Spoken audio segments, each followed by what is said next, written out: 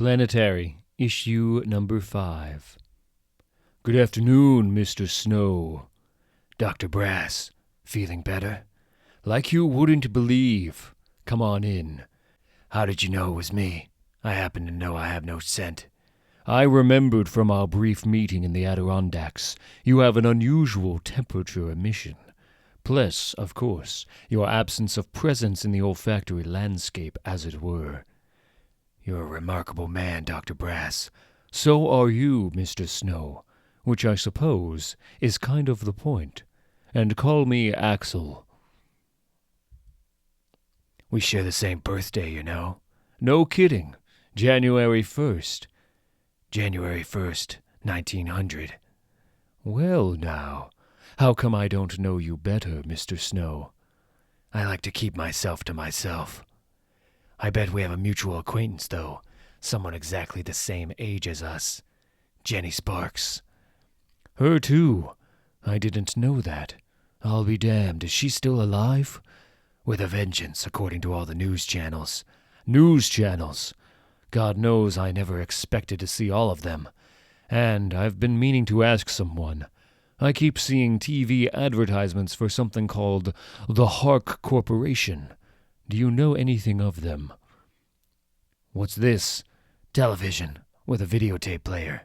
Got some interesting tapes here. The Hark Corporation. That was one of about 1,000,000 questions I had for you. I don't understand.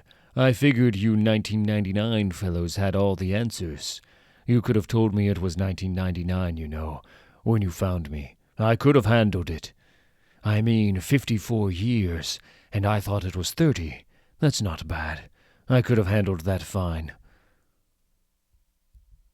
Doc Brass's strange eyes glittered in the dark. You want to know how I ended up in this dodge? Doc Brass began to pace the office like a caged tiger. I was born for it, trained for it, trained for anything. My parents came from a society stretching back to the French Revolution. There was a need, they felt, to develop people worthy of a revolutionary society. These were the greatest minds of intellectual Europe, come together to write a plan for the Superman. They created a new kind of diet, a new learning system, a radically original exercise regime, and began to apply it to their own children. Each new generation was stronger and stranger than the last. I'm the last of them, the end of the revolutionary line. I've been bred, born, and trained to deal with anything, except the unspeakable evil of my own parents, warped brother and sister that they were. What a weird date, 1999. It's like living in a piece of science fiction, like someone gave my life to H.G. Wells to write. I know what you mean. I met Wells once. He wanted to sleep with my girlfriend. Jenny Sparks. Haven't thought of her in. I remember first meeting her. She spent the 30s in New York, you know. That strange little English girl in the dark, all in white. I only met her once, with John Cumberland. John Cumberland? My God, there was a brave man. Most people thought him a myth, or a trick of the light. I wonder what happened to him. He died as unknown as he lived, as I understand it, vaporized, trying to bring down a United Nations space platform. Oh, and it turned out he was from a parallel Earth. Don't know if even my colleagues know that. My God. We crisscross the world, making it right, making it strange, and the people never see our coming or our going. Beneath Chicago, Doc Brass fights for the future of man in the spawning caves of the feral miscegenated neo-arachnid variants bred by the murder kernels. When we found you, that was my first mission with Planetary, and I'm no wiser now than when I started. They're up to something, gathering information. You sound like you don't trust them. I don't trust anybody. Our birth date is important to them, and we recently investigated something found on Hark Corporation land. I don't even know why there's a Hark Corporation. And I spent too many years hidden to be able to puzzle it all out, Axel. Tell me about Hark. Hark's dead. please." Hark was the greatest mind the Asian countries ever produced, and that's a part of the world often touched by genius. He began as a nemesis of the Western world. The careful training and calculated breeding of almost 300 years had rendered Axel Brass capable of masking any emotion, even the extremes of grief and agony. Today, for the first time anybody could name, Axel Brass let the mask of years drop. Hark's strange eyes narrowed, his sharp oriental features otherwise composed. Here was a man of equal control, the very pinnacle of the ingenuity of the East, contained in this tall, frightening figure. Hark had been the terror of the Occident since the turn of the century, bedeviling first Britannia and then America herself. "Hark," Brass said, "it doesn't have to be like this. We don't have to die here, and be sure we will both die here if we allow it." Hark's sinister visage remained still. "Damn it, Hark, we're not your enemy. America doesn't hate you. It just doesn't understand you. We're on the same side." Hark's own mask slipped in the face of Brass's passion. "We both want a better world for our people that isn't mutually exclusive. For God's sake, man, we're all on the same planet."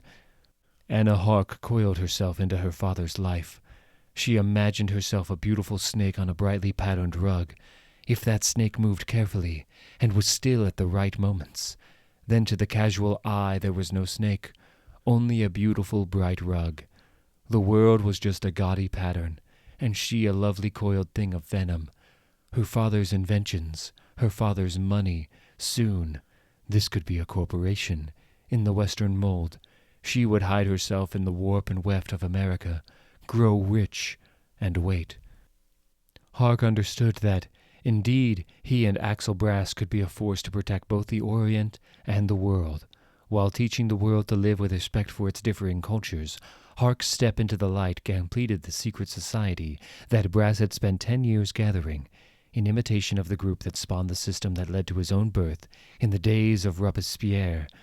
There was Jimmy, the secret operator for the United States government, who knew of the wars the world never saw, the English lord raised and made greater than human by the rude beasts of the deep African jungles, the aviator, who fought unknown things and black technologies simply to learn of them, Edison, the great inventor-adventurer of electric America, and the dark millionaire, the man in black whose gun shot it out against crime in all its forms. Between them, they could save the world from itself. Brass and the others walked where the charnel ship had passed. Ahead, the air still crackled and glowed red where the ship had sailed out from this reality, into the blood-colored tides beyond space and time. Jimmy stared at the blasted faces underfoot, seared into the compressed and burned remains of their town, and balled his fists. He had only recently saved the West Coast from invasion, in his role as special operator to the Secret Service. And now this. Brass voiced what they were all thinking. "We cannot allow the world to be this way. We just couldn't allow things to continue like that. That was our blessed arrogance. And now look, 1999, and everyone's still here. The world didn't end for the lack of Axel Brass and his friends." "Check the videotapes I got you. The center of Moscow was annihilated 3 months ago by supermen. Same ones that destroyed the north bank of the Thames River in London a day later. They blasted chunks of Los Angeles to dust before they were stopped. And that's just the tip of the iceberg. This isn't the best of all possible worlds. But they were stopped." America danced hysterically below. Axel Brass hummed a little tune to himself as he looked down on New York City lights from his penthouse retreat. It was a tune his father always hummed, in moments of stress, the Marseillaise. From all across the world tonight, Earth's secret gods were moving. From China, Hark would be departing in his stealthy aeroplane, that sinister thing of black angles. Jimmy would be on a train from California, provided those things under LA had finally been quelled. Edison had already left his underground lab in downtown NYC. He had a lot to set up at the covert gathering place in the Adirondacks. His lordship was reported to be on a plane from Madagascar. It was the end of 1944. Axel Brass looked down at the world and smiled. It was the end of his life's work. Everything was going to be fine. Better than fine, for everyone. It was the end of a great many things. You want to know the secret of the world? It's this. Save it, and it'll repay you every second of every day. That doesn't help me much. Of course it doesn't. You've spent your life hiding from the world, and now you've been injected into it. You're complaining that it's not doing what you wanted. You want to know everything all at once, 5 seconds after taking your first look at it. Think, man. You're asking advice on your colleague's possible private agenda in regard to the world's secret history from a man who's been in a mountain for 50 years. You wouldn't happen to have such a thing as a cigarette on your person, would you? Actually, I would. I normally only have one every couple of years, but I've been feeling the need lately. Turns out these are bad for you, you know. Break it down, Mr. Snow. Establish what your questions are before you go looking for answers. What is their secret agenda in regard to? Precisely who pursues that agenda? What benefit do they derive from its pursuance? The fourth man. What? Planetary's financial backer. They call him the fourth man because they profess not to know who he is. He or she? I mean, this is 1999. Why not a she? She. I wonder. You should have been around with us in the 30s, Mr. Snow. I can't begin to tell you what you missed. Glories. I was busy.